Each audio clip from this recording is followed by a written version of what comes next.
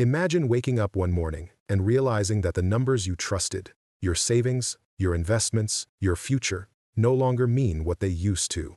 The charts still rise, the headlines still celebrate growth, but deep down, everyone feels it. Something in the system is broken. This is not another cycle. It's not a correction. It's a once-in-a-lifetime economic reset. For decades, we've been living in an illusion, a financial world that grows on confidence, not on production. Stocks hit record highs, while real wages barely move. The market smiles while the people frown.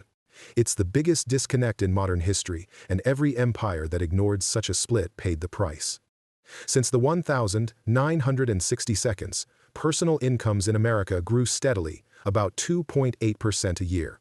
That growth wasn't just numbers, it was optimism, stability, trust in the future.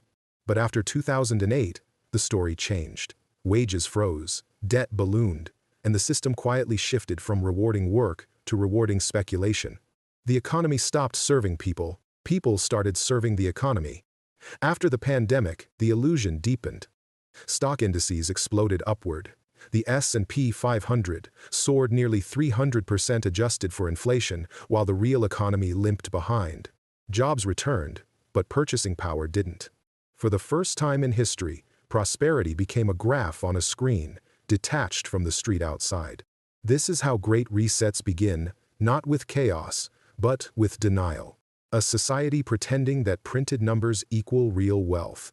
The so-called Great Reset isn't a conspiracy or a plan. It's a mathematical certainty. When the financial world expands faster than the real one, something eventually snaps.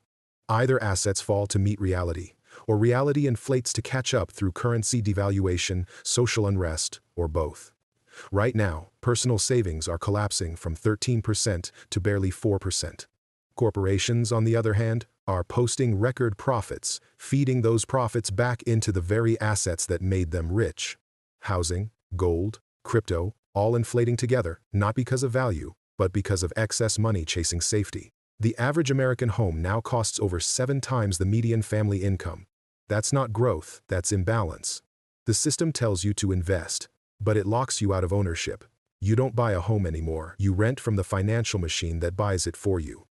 And behind that machine are governments and central banks, addicted to the same drug: liquidity. Every time the system trembles, they inject more. Every injection keeps it alive but weaker, more dependent, more distorted. We've seen this story before: the 1920 seconds, the 1980 seconds, the dot-com bubble, the housing crash. Each time, the same pattern. Wealth concentrates.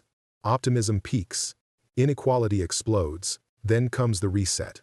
The only difference today is scale. This time, it's global. Wealth inequality has returned to levels unseen since the 1920 seconds. The top 1% owns more wealth than the entire middle class combined. Meanwhile, half the population lives paycheck to paycheck, told that everything is fine because the market is still green. But markets don't measure happiness or stability or truth.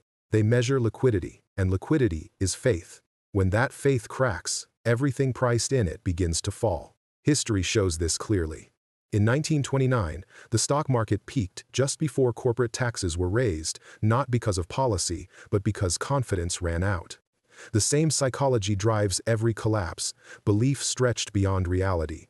Today, that belief is built not on gold or production, but on debt layers of promises resting on more promises. The system works until it doesn't.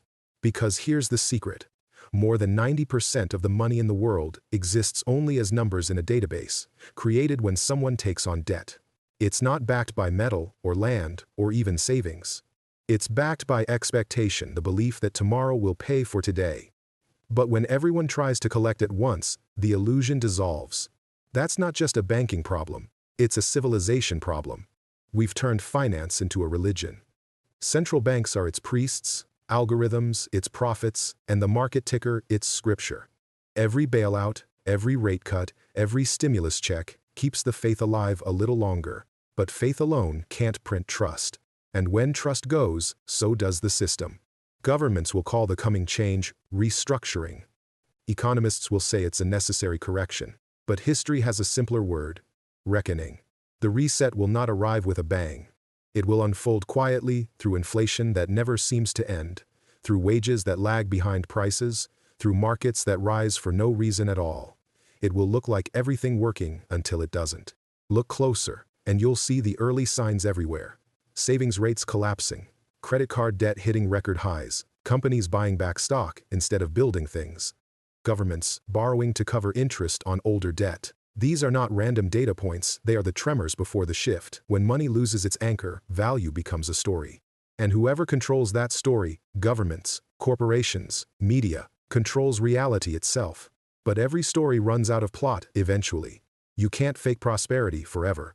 When prices detach from purpose, when productivity lags behind profit, when speculation replaces creation, collapse becomes the reset button that reality presses for you. So what happens next? The reset won't erase capitalism. It will rewire it.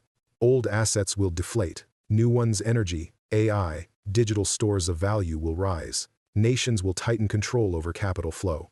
Currencies will evolve perhaps into central bank digital forms that track every transaction. Freedom and finance will merge and conflict. It's the same cycle that ended Rome's silver, broke the British pound, and forced America off gold.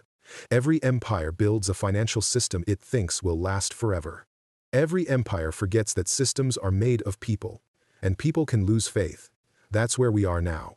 Faith without foundation, money without meaning. A world priced for perfection, living on borrowed time. The next decade won't be defined by growth, it will be defined by realignment, by who adapts and who pretends, by who builds real value and who keeps chasing numbers on a screen. Because a once-in-a-lifetime reset isn't just about markets. It's about mindset. When you stop believing that printed wealth equals real wealth, that's when the new era begins. Every great reset brings pain, but it also brings clarity. It strips away illusions and forces societies to remember what actually matters. Trust, labor, innovation, balance. These are the currencies that survive every empire. The old system is creaking, not collapsing yet. But when it finally gives way, those who understand how it worked won't fear the fall. They'll be the ones building what comes next. Because history doesn't end with resets, it restarts.